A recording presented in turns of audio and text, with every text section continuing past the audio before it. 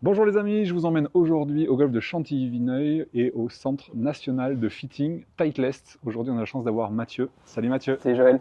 Mathieu qui est le frère de Damien Perrier que vous connaissez probablement, qui est sur le tour. Il joue encore Ouais, Damien, il joue encore, il jouait sur le Challenge Tour cette Challenge année. Tour cette année. Ouais, il joue toujours 18 ans de carrière pro maintenant, donc il lâche Bon. pas, il s'accroche, donc c'est Ok, bien. génial. Donc je suis venu faire un fitting full bag. Donc on va voir le drive, le bois de parcours, les fers, les sand wedge, les putters. C'est ça qui est bien chez Titleist, c'est que vous avez en fait toute la gamme complète sur laquelle vous pouvez vraiment adapter votre matériel.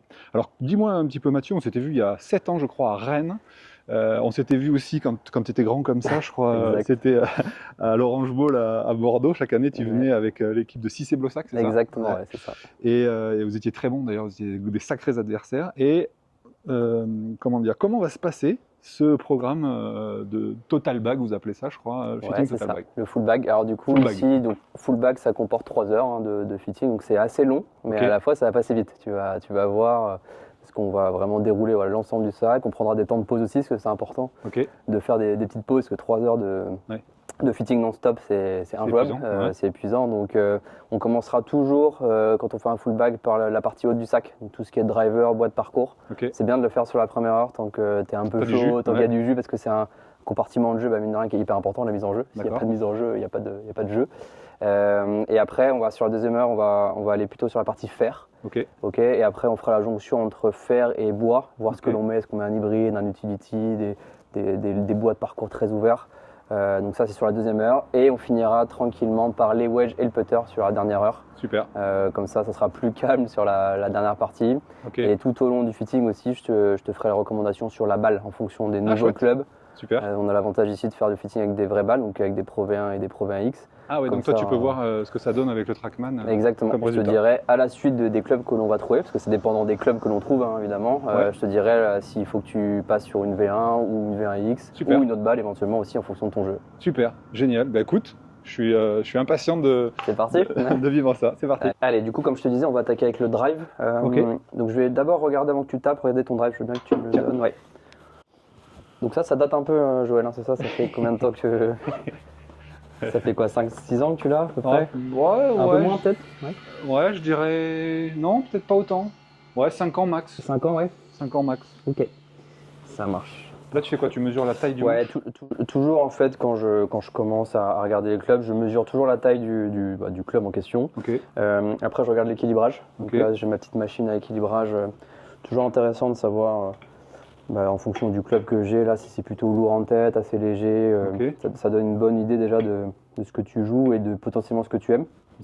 Écoute, je vais te laisser taper quelques balles. Donc, tu as des tee. Pro V1, voilà, tu as des tees là, tu peux planter dans le tee jaune, Ok. des Pro V1. Et puis, j'ai mis la cible à peu près dans l'axe du tapis, qui est grosso modo sur le piqué noir et blanc. Tu vois Noir et blanc, le ok. tas de roche au fond, là, à peu près. Grosso modo, ouais, d'accord. Piqué noir et blanc, entre les deux piquets rouges, on est bon. Voilà, c'est la partie la plus longue de practice. Je sais que tu es un très long frappeur, donc j'ai envie de garder mes Moins balles. que toi, moins que toi.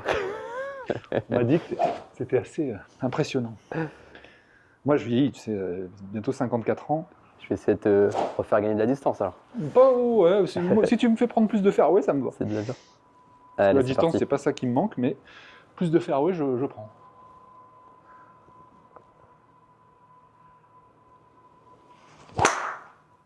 Bon, c'est le premier drive de la journée. Toi, Joël, sur l'aspect wet driving, si on rentre plus dans le détail, comment tu te sens sur le. Je suis pas hyper à l'aise, c'est-à-dire que dès que j'ai un trou qui est assez étroit, je passe très vite au bois 3 ou au fer 4. Ok, Voilà. ouais. Donc c'est pas, on va dire, j'adore driver, c'est mon club préféré, ok, ouais. mais je suis capable de l'éparpiller un petit peu. Ça marche. Alors, il y a des jours où je drive très bien, mais en moyenne, je le prends que quand j'ai de la place en gros. Ok.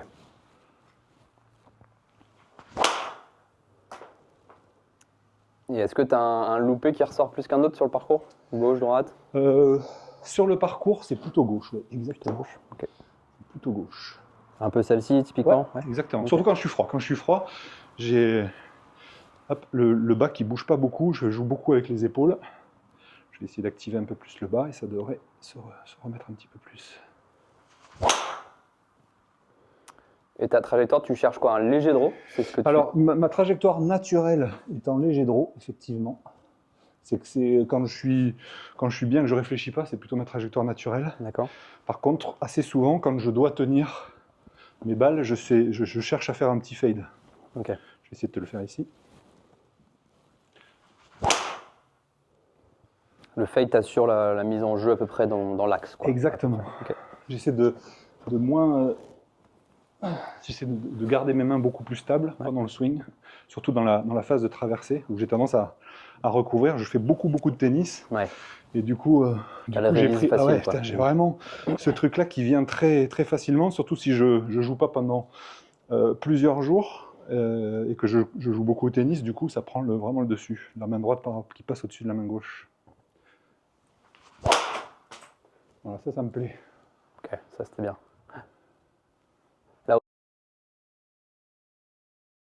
Déjà, ce que j'aime bien faire, c'est dans un premier temps te remontrer un peu les têtes, parce que ça a pas mal changé quand même, mine de rien, en termes de caractéristiques de tête depuis quelques années. D'accord. Donc on va avoir le GT1, GT2, GT3, GT4. Je pense que pour toi, on est sur la 2 ou la 3. Je sais qu'historiquement, tu as toujours aimé plutôt les petites têtes, toi. Ou est-ce que tu es ouvert un peu à tout? Je suis ouvert à tout. Ok. Tu sais, avant, je jouais. Je suis d'une génération où on jouait avec des lames, etc. Donc j'ai eu du mal à me mettre à des clubs évidés, etc. Et maintenant, Ok. je ne me verrais Ouais, pas revenir sur des lames. ok. Donc maintenant, c'est bon, ouais, je suis assez ouvert. Donc la 2 et la 3, c'est les deux têtes les plus populaires. La, Ok. la 2, c'est le même volume entre les deux, même poids de tête. Mais par contre, tu as une vraie différence de centre de gravité, centre de masse dans la tête. Ok. La GT2 a le poids beaucoup plus en bas et à l'arrière de la tête. Donc ça favorise des balles plus hautes. Ça va launcher un peu plus haut. Ce qui est Ouais. assez intéressant cette année, c'est qu'elle spin pas trop par rapport aux anciennes générations. Donc si on peut avoir un bon launch sans avoir trop de spin, c'est quand même une trajectoire qui est globalement assez optimale. Et elle a un peu plus de tolérance, de stabilité. Quand on est un golfeur qui décentre un peu partout sur la face. Ok. Donc c'est quand même sur les deux têtes la plus stable, la plus facile à launcher. C'est celle-là la plus facile à jouer en gros. Sur le papier, c'est ça. Papier. Si on a un centrage un petit peu Aléatoire. Ouais. et aléatoire, exactement, c'est ça. Alors que la 3, elle, on le voit ici d'ailleurs, hein, sur le poids est beaucoup plus proche de la face. Donc tu n'as pas du tout la même trajectoire, un peu plus plate, plus perçante, un peu moins de spin sur le papier aussi. Moi, je peux aussi régler légèrement le poids ici pour ajuster, tu vois, une petite tendance de centrage ou d'orientation de face. D'accord. Donc elle a un peu plus de réglage éventuellement pour affiner et peaufiner la trajectoire, mais sous réserve, pareil, de quand même d'avoir un centrage assez constant, assez consistant.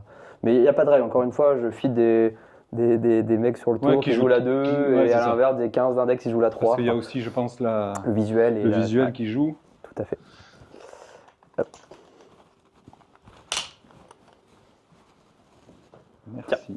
Allez, en avant Guingamp. Ah, par contre, là, le grip, c'est petit. Alors, ouais, ça va être un peu fin. Je m'en excuse d'avance parce que surtout avec toi qui joues des grands grips. Ouais. Allez, en avant Guingamp.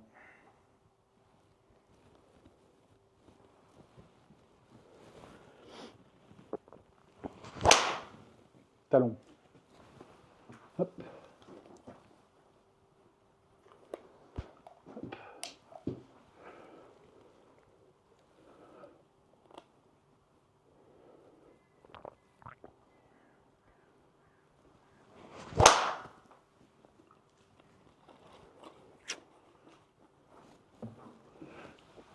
Tout petit peu trop plongeante encore à gauche là, tu vois, elle curve un peu vite sur la gauche.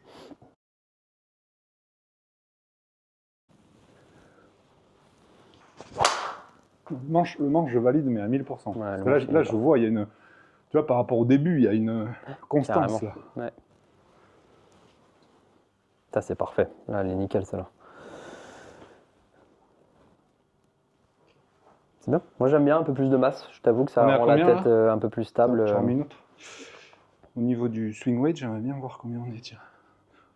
A priori, des 4, tu disais 2 swing weight, on gagne. Et après, là, le problème, c'est que en fait, avec mes grips, ça va redescendre encore le swing weight. Justement, en fait, c'est ça l'idée, c'est que tu vas avoir un grip plus lourd, toi. Ouais. Donc, en général, on récompense en mettant un peu de poids en tête. D'accord. Ah oui, d'accord. Tu vois ce que je veux dire, en fait. Ouais, tu le penses après, quand tu demandes le truc. D'accord, je vois ce que tu veux dire. Ouais, parce par rapport au poids du grip. Ça peut arriver des fois qu'en fitting, on essaie un truc fabuleux, quand tu reçois le club après, tu n'as plus les mêmes sensations. Ouais, parce que le grip, c'est souvent lié des fois au poids du grip. Ouais. Et surtout toi qui joues des grips très gros et un peu plus lourds, du coup, il faut rééquilibrer la tête.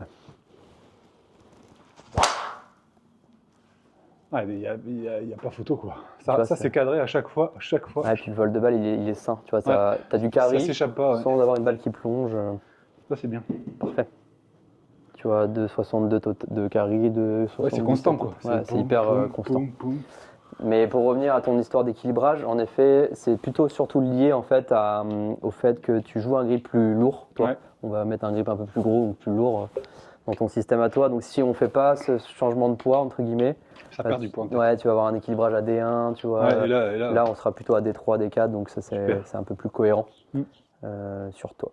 Ça marche? Ouais, cool. Ouais, c'est bon. Et le loft, du coup, intéressant parce que tu étais sur un 9 degrés, toi. Ouais, là, tu m'as mis 10. Ouais, je t'ai mis 10. Ouais, c'est pas déconnant. Principale raison, c'est comme on l'a dit, je veux pas que ça spin trop bas. Je veux que tu aies un carry facile, de la C'est ça. hauteur facilement. Et aussi, la petite différence, c'est que les GT, les nouveaux drivers GT, spin quand même beaucoup moins qu'auparavant. Donc ça, je le sais à force de Donc, il vaut pratiquer. mieux rajouter un peu de. En général, je fit avec un peu plus de loft cette année, notamment sur le GT3, si on a un golfeur qui était sur le TSI 3 ou TSR3 auparavant. Ok. J'hésite pas à mettre un chouïa plus de loft parce qu'elle peut vite un peu spinner bas. Ouais, puis 10, c'est bien. Ma vitesse, elle va avoir tendance plus à baisser qu'à augmenter, je pense. Ouais, c'est clair. Donc, Et c'est bien. puis encore une fois, tu as le swing un peu du tennisman, donc naturellement, en fait, tu mets assez peu de spin, donc un peu de loft, ça te fera jamais de mal. Ok. Donc ça, c'est bien. Ok, Super. good.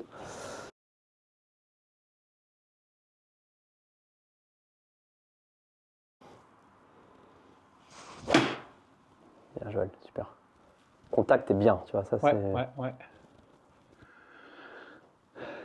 Tu sais, je retrouve la stabilité du shaft que j'avais avec les bois. Ok, cool. Que celui que tu m'as proposé avec les bois, là, je retrouve le même impression. Voilà, ça j'aime bien. L'impression qu'il peut pas t'arriver grand chose, quoi. C'est ça. Là, les deux dernières, c'est parfait.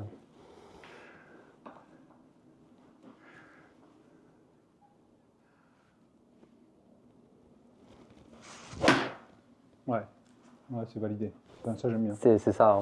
Hein. Ouais. Je te refais juste un petit coup de projectix, juste pour qu'on soit clair et net là-dessus, mais là, tu retrouves de la régularité, tu vois, dans tes profondeurs.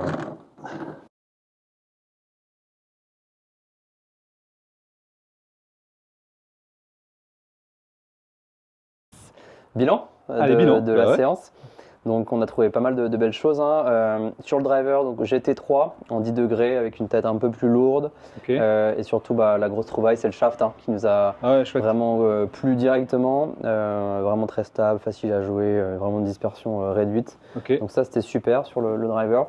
On a assez facilement du coup dupliqué ça sur le bois 3. Ouais. Donc ça c'est bien, en plus ça marchait bien, donc j'aime bien le côté homogène.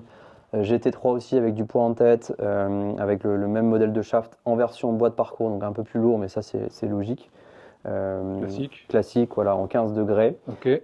Après, donc, on a fait un fer 2, Utility, le T250 avec pareil le shaft Ventus, le Ventus Black aussi, dans la lignée du driver et du bois de parcours, pour faire à peu près tes 220, 225 de distance. Donc ça c'est super. Retour un peu aux sources, comme tu dirais, tu avais un fer 2 il y a quelques années. Ouais, j'adorais. Et c'est bien de revenir là-dessus. 712U, je crois. Exact. Donc c'est bien, ça va te faire du bien de repartir là-dessus. Et après, série de fer, donc on a pas mal bossé sur la série de fer, pas mal de changements là-dessus. On est sur on fait un petit combo. Donc on a même un triple combo entre guillemets si on prend en compte le fer 2, mais on va être sur la T100, du coup du fer 4 jusqu'au pitch, alors que toi tu jouais une CB, l'ancienne CB qui était un petit peu plus difficile à jouer, un petit peu plus haute en trajectoire, donc nouvelle T100 avec un changement de shaft aussi. Donc ça c'est assez intéressant. Et sur le fer 3, on est passé sur la T150, donc une tête un peu plus puissante et tolérante sur le fer 3 pour vraiment créer un gapping, un écart un peu plus cohérent entre le fer 3 et le fer 4, parce qu'on a vu sur ta série que ça se chevauchait un petit peu les distances. Fer 3, fer 4, ouais. Et après j'avais un gros trou entre le fer 3 et le bois 3. Et du coup le fer 2 va faire un peu la transition là maintenant, et le fer 3 et fer 4 vont être un peu plus espacés, ce qui permet d'être plus cohérent dans la gestion de tes profondeurs sur les longs clubs. Et après, donc toi tu aimes bien rester sur plutôt 2 wedges, donc on est parti sur 50 et 56, donc on a revu les rebonds. 50 avec 12 de rebond, tu es assez vertical, on avait une vraie différence sur le fitting par rapport à la 8. Et le 56, on a longuement discuté, hésité, mais on part plutôt sur un rebond un peu plus faible, un peu plus maniable, polyvalent, vu que c'est ton seul club un peu autour du green que tu vas pouvoir ouvrir, jouer. Faut que ça soit hyper polyvalent, et la 8 de rebond sera un peu plus cohérente pour ça, pour ce Super. besoin-là. Super. Et tu as changé aussi de coloris de tête, ça c'est purement esthétique, mais tu es parti sur la finition Ouais. nickel, un peu plus sombre, un peu plus mat, qui est très joli. Très très sympa là-dessus. Et pour finir, on a aussi du coup testé un nouveau putter, le modèle long design, le modèle fastback. Ouais. Toi, tu voulais quelque chose de beaucoup plus grand en termes de taille, parce que tu étais un peu avachi, un peu C'est ça. recroquevillé. Et Donc, on l'insert, a j'adore. l'insert, la nouvelle insert qui permet d'avoir un contact plus soft, une meilleure roule aussi sur le green. Après, on a checké le lie, le loft. On a aussi un peu discuté sur les éventuels changements qui seraient à faire, mais je préfère que ça vienne de toi, entre guillemets, Ouais. de la posture, comme on a dit. Donc moi, je suis resté sur quelque chose d'assez neutre sur le lie, le Ouais. loft. Oui, il était bien, de toute Juste, façon. voilà. Putain, il était bien. À travailler après là-dessus, mais vraiment bien. Et la balle, du coup, hyper important. Tu jouais déjà ce modèle-là, mais c'est toujours bien de confirmer avec les nouveaux clubs, les nouvelles datas. C'est l'avantage du fitting ici. Hein. C'est donc Pro V1. Il faut que tu restes sur Pro V1, pas la X, parce que la X risque de monter un peu trop. Tu fais déjà des balles assez hautes, naturellement, ouais. notamment sur les fers. Exact. Pas besoin de plus de hauteur. Donc V1 sera mieux pour aplatir un peu la hauteur, garder du contrôle dans le vent aussi, dans ton système de jeu à toi. Ok. Bon, bah Voilà. super Mathieu, je suis ravi. J'aimerais poser 2-3 questions par rapport aux gens qui nous écoutent. La première, c'est, parce que dans la tête de beaucoup de gens, Titleist, c'est effectivement une marque qui est ultra représentée sur le tour. C'est la marque la plus jouée avec les drivers, avec les fers, enfin, bref. Tous les modèles, ouais, tout à fait. Mais dans la tête de beaucoup de gens, Titleist, c'est justement quelque chose qui est vraiment orienté haut de gamme ou bon joueur. Ça a été un peu le cas il y a plusieurs années, mais depuis plusieurs années maintenant, oui, plusieurs années, et notamment, je trouve, avec cette nouvelle série de T, 100, 150, T etc. series, ouais, tout à fait. Quelqu'un qui est 15, qui est 18, qui est 25 d'index, qui plus naturellement va se tourner probablement vers Ping, vers Callaway, etc., en se disant c'est plus des clubs pour les amateurs. Qu'est-ce que tu pourrais dire par rapport à ça, notamment sur les dernières évolutions de ces dernières années? Ouais, c'est une bonne remarque. Il y a encore en effet 5-6 ans, il y avait pas forcément de TED pour des golfeurs qui débutaient ou qui avaient besoin d'un maximum de tolérance. Et il y a eu un vrai switch même dans la philosophie de la marque, entre guillemets, pour aller chercher justement un peu plus d'ouverture de gamme et aller chercher le golfeur justement un petit peu plus, on va dire, aux alentours de 25, 30, 35, même débutant. C'est assez bluffant le nombre de fittings que je fais maintenant sur du 30, 35, 40, même des golfeurs qui ont 6 mois de golf, 1 an de golf, qui veulent s'équiper avec du matériel qu'ils aiment bien, une marque en tout cas qu'ils affectionnent aussi. Et maintenant, on a un panel de choix du débutant jusqu'au joueur du tour. Et c'est assez marrant parce que je peux faire un fitting ici d'un joueur du tour et l'heure d'après, avoir un golfeur qui débute. Et on arrive toujours à trouver des choses qui sont performantes, cohérentes. Et c'est vrai que l'ADN de Titleist, ça reste des beaux produits, joli, avec un contact agréable. Il y a une vraie image de marque là-dessus et maintenant on a réussi à allier on va dire toucher, visuel agréable, sensation agréable avec de la performance pour tout niveau. Et oui, on a des shafts qui vont aussi aller sur du senior, de la femme aussi, du junior. On a un vrai programme aussi junior qu'on a développé là depuis quelques années avec des shafts beaucoup plus courts, plus légers, plus souples. Donc bref, tout ça pour dire que la gamme a vraiment complètement a été élargie, évolué. C'est ce que j'ai vu, ouais. Pour aller chercher un golfeur un peu plus large et pour satisfaire tous les golfeurs qui veulent du Titleist de tout niveau. Super. Deuxième question, parce que souvent dans mes élèves, c'est ce qui revient sur le fitting, en disant ouais, mais moi j'ai pas encore un swing qui est super bien réglé. Un jour ça donne un résultat, le lendemain ça donne un autre résultat. Donc tant que je n'ai pas un swing qui est un minimum stabilisé, faire un fitting ça n'a pas d'intérêt. Qu'est-ce que tu répondrais à ce genre de choses?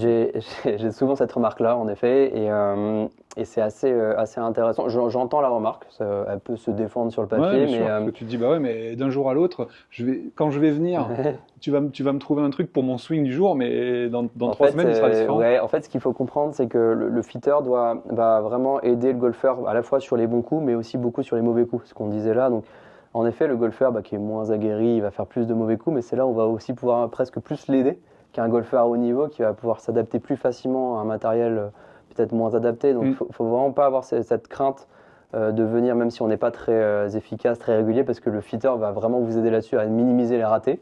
Et c'est pas parce qu'on, par exemple, on est, je sais pas, débutant. Des fois, j'ai des rugbyman, par exemple, des golfeurs qui font 2 mètres, qui ont 6 mois de golf, alors qu'ils sont pas du tout réguliers dans leur contact, mais ils ont besoin d'avoir des clubs plus grands, avec un certain poids, une certaine agilité. Donc déjà, rien que ça, par rapport à la morphologie, je dirais, l'ADN du profil de swing, l'ADN du golfeur, bah, on va déjà trouver des choses qui sont beaucoup plus cohérentes qu'une série qu'on va prendre entre guillemets comme ça sans Ouais, c'est ça. l'affûter ou l'essayer. Donc évidemment, je vais pas vous mentir, on va pas se mentir, un fitting de joueur du tour ou à très bon niveau comme toi ou un golfeur 30 index, on est peut-être moins dans le détail du spin, de l'angle de descente, comme on disait, à être à un degré près. On est moins dans peut-être ce détail-là précis, mais on va quand même aller chercher le maximum de performance pour ce golfeur-là. Et moi, je croise de tout. Et si je voyais que des très très bons joueurs, je ne serais pas rempli de rendez-vous, entre guillemets. Je vois aussi des golfeurs, en effet, qui Ouais, cherchent à progresser, à s'amuser. Donc le fitting, c'est fait pour tous et pour toutes. Moi, je pense que la meilleure chose, c'est de venir, de voir. Ici, il n'y a aucune obligation, évidemment, d'achat post-fitting. C'est vraiment une expérience, je pense, à vivre. Et le golfeur, bah, voilà, s'il voit des améliorations, bah, il pourra du coup voilà, investir dans son matériel. Et nous, on sera les premiers à dire aussi si le matériel est adapté, entre guillemets. On sera le premier à dire bah, vous n'avez pas forcément besoin de changer. On est plus dans le conseil. Il ne faut vraiment pas avoir cette peur du fitting, entre guillemets.